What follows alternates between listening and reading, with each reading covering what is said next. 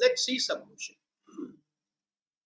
To simulate car accidents, auto manufacturers studied a collision of moving cars with mounted springs of different spring constants. Consider a typical simulation in which a car of mass 1000 kg with speed 18 km per hour on a smooth road colliding with a horizontally mounted spring of spring constant 6.25 into 10 to the power 3 Newton per meter. What is the maximum compression in a spring? क्या क्या दिया है? Spring constant है 6.25 into 10 to the power 3 Newton per meter. Velocity कितनी दी है?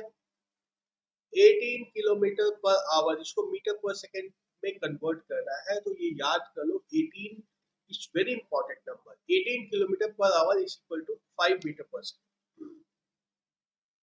5 metre per second. कोई formula लगाने की जरूरत नहीं है, इसको याद करो. 18 kilometre per hour is equal to 5 metre per second. Car का मास भी दिया है 1000 केजी. काइनेटिक एनर्जी कार की क्या है? के.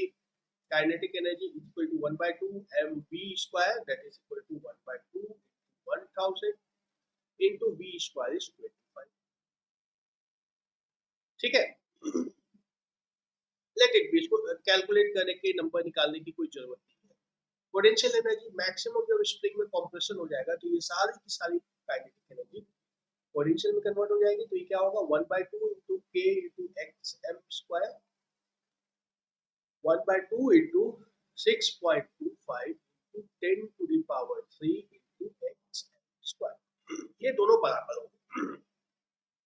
इक्वेट करो 1/2 into 1000 into 25. This is equal to 1/2 into 6.25 10 to the power 3 into xm square. 1/2 cancel. 10 cube 1000 cancel. xm square is equal to 25 divided by 6.25 that is equal to 4.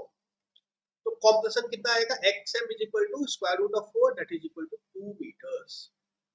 Compression in the spring is 2 meters.